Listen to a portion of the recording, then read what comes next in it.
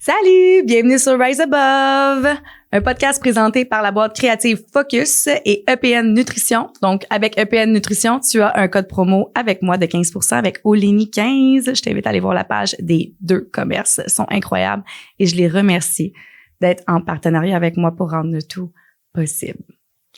Aujourd'hui, j'ai envie de te parler d'un sujet relationnel, OK? On s'en va dans la sensibilité de la brisure de liens, si on veut, OK? J'aime ça de parler de relations aussi parce que je trouve que les relations nous amènent énormément d'apprentissage sur nous, sur la vie aussi en général, sur les autres. Puis moi, c'est ma façon préférée d'apprendre à me connaître aussi, puis d'apprendre à connaître toutes les nuances de l'être humain. C'est ce que j'aime des relations. Parce que je trouve ça beau. Les êtres humains, on est tellement plus complexes que les théories qui nous définissent. Tu sais, qu'on arrive et on pense qu'on est noir ou qu'on est blanc, c'est pas vrai. Un être humain, c'est nuancé. C'est les couleurs au centre. Pour moi, le gris n'existe pas chez un être humain. Puis le noir et le blanc non plus. On est toute la palette de nuances au centre. Puis tu sais, la palette, elle va vraiment large. Pour te donner une belle métaphore, va-t'en juste chez Rona dans la section peinture, OK? Puis va voir les nuances qu'il y a de toutes les couleurs. Moi, je pense que les êtres humains, c'est comme ça. Si t'as du rouge à l'intérieur de toi, t'as genre toutes les nuances de rouge, ça va aller jusqu'au rose, tu comprends, jusqu'au corail, jusqu'au rose pâle, jusqu'au quasi blanc, jusqu'au rouge vraiment foncé, quasi noir. Tu sais, ça peut aller super loin, c'est ça.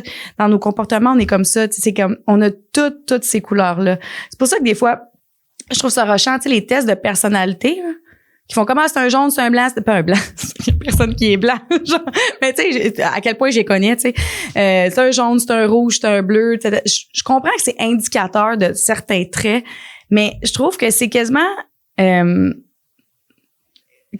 quasiment un entrave à l'intelligence humaine que d'identifier quelqu'un avec une couleur puis les traits qu'il y a autour de la couleur, tu sais. Parce que je suis genre, il y a tellement plus que ça. Il y a plein de déclinaisons. C'est un arbre, cette personne-là. Bien plus que, tu sais, me dire qu'on m'a dit ça une fois, t'es vert. J'étais comme, OK, ouais, cool, nice. Et quoi d'autre? Puis après ça, quand tu me décris, ben j'ai un peu de ci, j'ai un peu de ça, j'ai un petit peu de tout dans ma charte, tu y penses, parce que techniquement, mettons, mon côté créatif fait pas nécessairement avec un entrepreneur.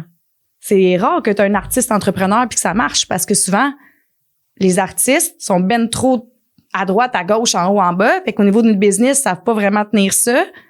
Mais c'est quand même drôle. Moi, je veux dire, la première entreprise que j'ai ouverte, j'avais 18 ans. Fait que, techniquement, à 40, j'ai jamais eu d'employeur de ma vie. Fait que, j'ai jamais vécu ça, moi, un job. J'ai toujours créé mes jobs. Mais je suis une artiste. Tu vois? Fait que j'ai comme plusieurs couleurs. Puis après ça, il y a plein d'autres étiquettes qui, en tout cas, on va en parler. C'est même pas un podcast, ces étiquettes. On s'en va, ces relations. Mais, c'est pour dire, quand j'arrive avec les étiquettes, c'est juste pour dire que l'être humain, il est beaucoup plus nuancé et complexe que les théories et les étiquettes qui le définissent, OK? Et ça se transpose vraiment beaucoup dans nos relations. On peut avoir des sentiments qui nous habitent extrêmement contradictoires dans une relation, des fois. Puis, on a tellement un besoin conscient et inconscient de perfection qu'on se laisse pas vivre ces contradictions-là à l'intérieur de nous, des fois. Parce que moi, j'entends souvent ça peut être des clients, des amis, même les gens, dire quand il y a ces contradictions-là à l'intérieur, tu sais, ils peuvent dire, mettons, c'est pas normal, je suis pas normal, je suis bizarre. Hey, first, on va arrêter ça, OK? La normalité, elle existe pas vraiment. On est tous vraiment différents, OK? Les flocons, il n'y en a pas un de pareil. Les êtres humains, même chose. Il y en a pas un de pareil, OK? Zéro pin bar. Fonctionne pas pareil, pas pantoute. Donc, de dire c'est pas normal, de dire que je suis bizarre parce que tu portes des trucs en dualité à l'intérieur de toi, c'est non. On est un être humain, on porte ombre et lumière à l'intérieur, donc on peut avoir deux choses qui cohabitent ensemble. Donc, je vais faire du pouce sur ce que je veux approfondir comme cohabitation interne. Ça va être lorsqu'on aime quelqu'un profondément ou qu'on a beaucoup d'affection pour quelqu'un, qu'on l'apprécie, qu'on a de l'empathie toute pour une personne, mais que son comportement, son mode de vie, la façon qu'elle est rendue avec nous, qu'elle s'est transformée, fait en sorte que c'est pas écologique pour nous d'entretenir une relation avec elle. OK? Ça peut donner difficile, hein, parce que dans ce temps-là, ce que j'entends, ça peut être dans des relations de couple, des relations d'amitié, des fréquentations, même familiales. Les gens, ils vont dire, ouais, mais je l'aime, je peux pas couper le lien. Je suis comme, aïe, aïe. Mais tu peux l'aimer assez, moi, je pense, pour couper le lien. Oups, C'est un petit peu weird, hein? C'est contradictoire, hein, ce que je dis là? Pourquoi? Parce que selon nous, une rupture, souvent dans l'inconscient, on associe ça à quelque chose de très négatif. Mais non! Une rupture, ça permet d'aller dans une autre direction, donc d'aller voir une autre avenue, pour nous, pour l'autre. Ensuite, une rupture permet de grandir un peu plus des fois. Quand tu vas tailler une plante, elle va repousser de plus belle. Quand on va couper une fleur, elle va repousser puis elle va fleurir 2 fois plus. Il y a des ruptures que c'est ça que ça donne aussi. Des fois, c'est pas les 2 personnes qui vont fleurir. Il y a quelqu'un qui a un deuil à vivre un peu plus grand, ça se peut très bien, parce qu'il va y avoir des blessures de l'âme qui vont arriver là-dedans, rejet, abandon, trahison, humiliation, injustice, blablabla, tout peut rentrer, puis c'est normal, parce que on emporte tout à l'intérieur de soi. En même temps, faire confiance que la redirection va nous amener quelque chose de plus beau et que le lien va peut-être être possible éventuellement plus tard, mais pas tout de suite, OK? Donc, qu'est-ce qui arrive dans ce temps-là? Si on décide justement qu'on aime quelqu'un, puis qu'on reste dans la relation, même si le comportement de l'autre, la situation, etc., n'est pas écologique pour nous, ça va devenir une relation toxique qui va avoir des liens d'abus dedans. Sûr. Puis, tu sais, c'est sneaky, ça. Le mot toxique, je sais qu'il est over-utilisé, tout le monde le dit, il faut arrêter d'utiliser ça, ben tout le monde généralise, là, mais tu sais, là, c'est rendu en culture populaire, là, tu sais, parce qu'il y a toujours des trends, là, ça, c'est le trend, mettons, de dire que toxique, ça existe plus, OK? Fait que c'est pour ça que je dis non écologique, mais tu sais, toxique, tout le monde comprend, là. Fait que des fois, une dynamique qui était correcte, à un moment donné, puis le lien, il était sain, il y a un des deux qui vit quelque chose, puis là, il y a de quoi qui arrive dans le lien, puis ça crée de la toxicité. Puis là, il y en a un des deux, mettons, celui que lui va encore très bien, celui ou celle qui va bien, va accueillir cette relation-là, puis va faire comme, ah, mais c'est correct, ou va prendre sur soi, va faire, OK, mais non, l'autre file pas, c'est pas grave, je vais rester là parce que je l'aime, parce que c'est mon ami, parce que si, parce que ça, je veux l'encadrer, je veux lui donner de l'amour aussi, je veux, tu sais, il y a tout ça. Et moi, c'est là que je te pose la question, OK, mais quand est-ce que ça va être le temps que tu coupes le lien, mettons? Parce que c'est vrai qu'il y a du monde, il va y avoir des amis qu'on va avoir ou des amoureux qui vont avoir des phases qui sont down dans leur vie puis qui ont besoin de notre soutien. OK, puis ça, c'est vrai, là. On va pas couper la relation parce que l'autre a une partie down puis que, tu sais, là, ça peut être difficile pour toi, tu sais. Ça, non. On peut soutenir. Mais l'histoire, c'est que des fois, il y a des gens qui ne se transforment pas, ils ne sont pas conscients qu'ils vivent ça du tout. La toxicité, ils vont la mettre dans ta cour, ils vont pas prendre leur responsabilité, ou ils vont prendre leur responsabilité et quand tu mets tes limites, ils vont toujours outrepasser tes limites quand même et après dire je m'excuse. Ça, c'est de l'abus, tout le monde. Genre, une claque sa gueule, puis après, j'y ai pas pensé, je m'excuse. OK, mais fais pas ça, parfait. La semaine d'après, une autre claque sa gueule, hey, je suis désolée, je t'aime. Je sais que mon exemple est raw, là, mais c'est le même aussi avec des mots. C'est juste que quand c'est physique, on dirait que les gens comprennent un petit peu plus la métaphore, mais ça va être de même avec des mots, ça va être de même avec des actions. Je vais en donner une qui est simple, OK? Puis je pense que je l'ai donnée dans d'autres podcasts, mais je vais quand même la lancer. Les gens qui arrêtent de consommer de l'alcool ou de consommer, mettons, du weed ou peu importe, puis qui ont un cercle autour social qui boivent encore de l'alcool ou qui consomment du weed encore, tu sais, peu importe. Puis là, ils décident qu'ils vont souper avec leurs amis et tout. Puis les amis sont toujours en train de les inciter à consommer. Elle, la personne qui a décidé d'arrêter de consommer, pour elle, là, ça n'a rien à voir. La personne n'est pas en train de dire, c'est comme de se vanter en disant, c'est la science infuse, là, il n'y a plus personne qui doit consommer. Elle n'est pas là. C'est juste qu'elle a décidé pour elle ou pour lui d'arrêter de consommer pour son bien-être à elle ou à lui, c'est tout, là. Sans essayer de vendre un paquet de croyances. Elle a fait ça pour elle. Mais là, elle est en train de se faire invalider par les autres ou tu sais, les autres, hey, ben oui, un petit verre, une petite larme de vin, c'est pas grave, une petite gorgée, nanana. Ou hey, viens fumer un joint, ce sera pas grave, tu sais. Mais les gens ont pas accès au fait que si la personne prend un joint, ce joint-là peut finir en un autre joint, c'est pas grave, puis elle va retomber dans une loupe. Même chose avec l'alcool. Tu sais, peut-être que la personne, elle a vécu un gros débalancement hormonal, que si elle boit de l'alcool, elle sait qu'après ça, elle est genre anxieuse pendant 2 jours, puis elle s'en est rendue compte, puis elle fait comme, oh, c'est pas bon pour moi, tu sais. Il y a plein d'autres facteurs pour l'alcool où elle s'est rendue compte qu'elle avait une mauvaise relation avec l'alcool. Tu sais, je sais que moi, à un moment donné, j'ai arrêté pendant un bout, parce que quand j'avais de la peine, je me rendais compte que je prenais un verre, je disais, hey, tabarnouche, ça marche pas, là, ça, là. Fait que là, j'ai arrêté, puis je me suis dit, je vais faire la paix avec ma relation avec l'alcool. Puis après, je vais me donner des règles autour de ça, tu sais, pour pas tomber dans des loupes qui sont négatives. Mais lorsque la relation va devenir toxique avec l'autre, c'est quand l'autre ne respecte pas cette limite-là. La personne va arriver, puis elle va toujours aller chercher, puis après ça, elle va pas te rendre redevable, mais elle va te critiquer par rapport à ça. Elle va te dire, ah, t'es plate, voyons donc, juste un petit crime. OK, ben c'est ça, toi, t'es le clean. Elle va te niaiser, tu vas te faire gaslighter carrément. Ça, c'est toxique. OK? Ça, c'est une relation, un lien qui peut devenir toxique.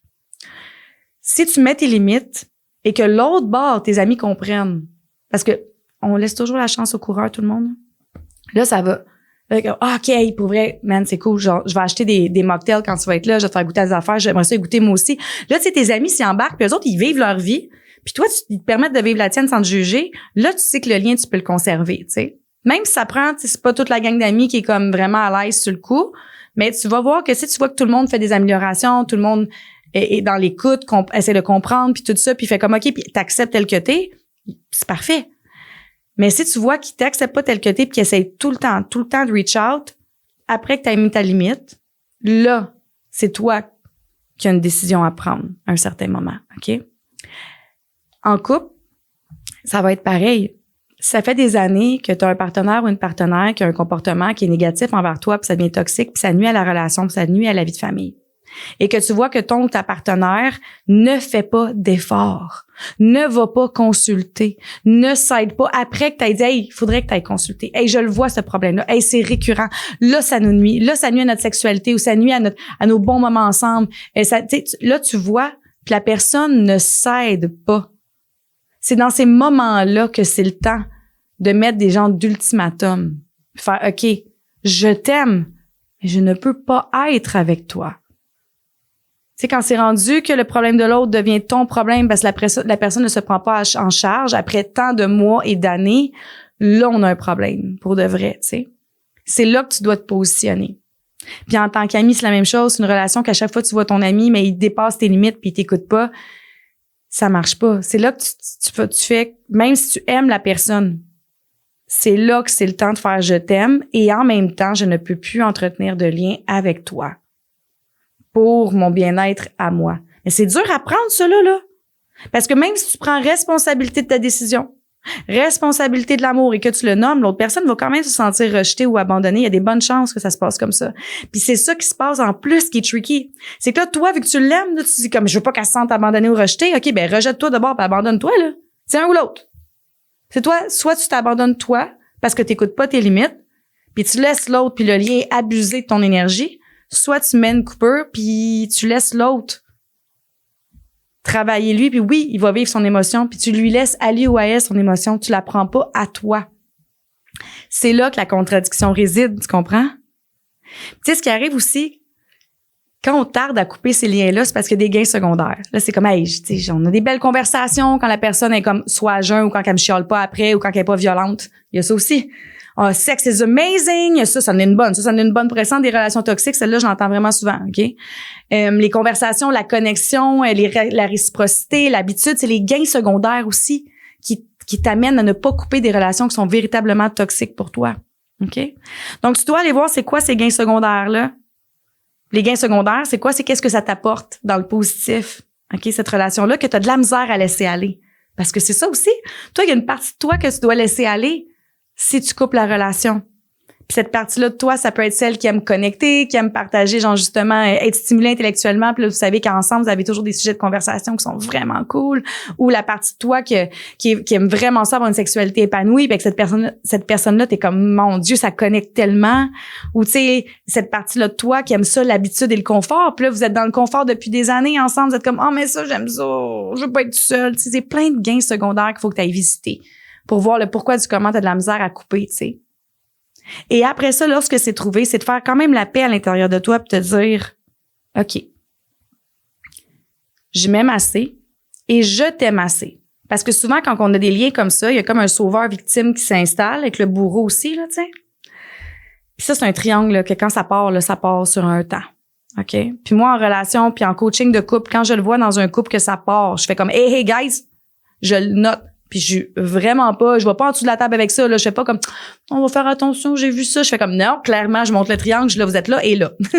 Et ça peut partir en vrille, ce trou-là. Fait que quand est-ce qu'on arrête ça? C'est ça, je fais ça en coaching de couple. J'aide vraiment les gens à sortir de là et à le voir. En coaching individuel aussi, je le fais. Donc, quand tu observes tout ça, c'est le temps de revenir à toi pour que ces liens-là puis cette dynamique-là, elle cesse. Et en même temps, d'accueillir le fait que tu vas vivre un deuil dans cette relation-là, c'est sûr et certain, toi aussi, tu vas en vivre un. D'accueillir aussi le fait que c'est possible que tu aimes encore la personne, ça n'a rien à voir avec l'amour que tu as pour lui ou pour elle.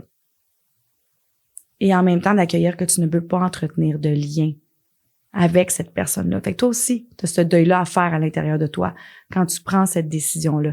Mais les deux peuvent cohabiter et c'est totalement normal et totalement sain. Pourquoi?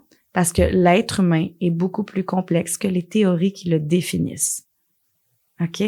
C'est tout plein de nuances. Alors, sois doux et douce avec toi. L'important là-dedans, c'est d'être capable de reconnaître tes limites, les nommer à l'autre. Quand l'autre respecte pas les limites, on renomme, parce que des fois, il y a des gens qui sont, au niveau de la communication, c'est pas facile pour tout le monde, parce qu'on a tous des modems différents, fait qu'on peut laisser des chances. Mais toi, tu te dis combien de chances que tu laisses. Tu mets des strikes aussi. Puis à un moment donné, c'est comme échec et mat. C'est juste normal. Pour que tu puisses évoluer aussi et que l'autre évolue. OK? Parce que si on a tendance à sauver l'autre pour sauver la relation, ou parce qu'on se sent mal de l'avoir pas bien allé, puis qu'elle ne se prend pas en charge, ce qu'on fait, c'est qu'on l'empêche de se prendre en charge. Parce que des fois, le fait d'avoir cessé cette relation-là, ça aide l'autre à prendre action, parce que ça peut faire wake-up call aussi, OK? Alors, soyez doux envers vous-même dans vos relations. Puis là, on pourrait parler des styles d'attachement aussi, parce qu'il y a de quoi avec les styles d'attachement là-dedans.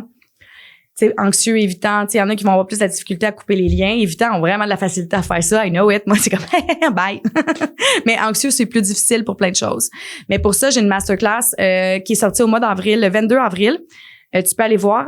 Et dans les masterclass du printemps, les styles d'attachement, je t'en parle, je te dis comment les reconnaître, je te donne des trucs aussi pour calmer quand ça s'active à l'intérieur de toi, puis que tu puisses transcender ça puis entrer dans ta sécurité.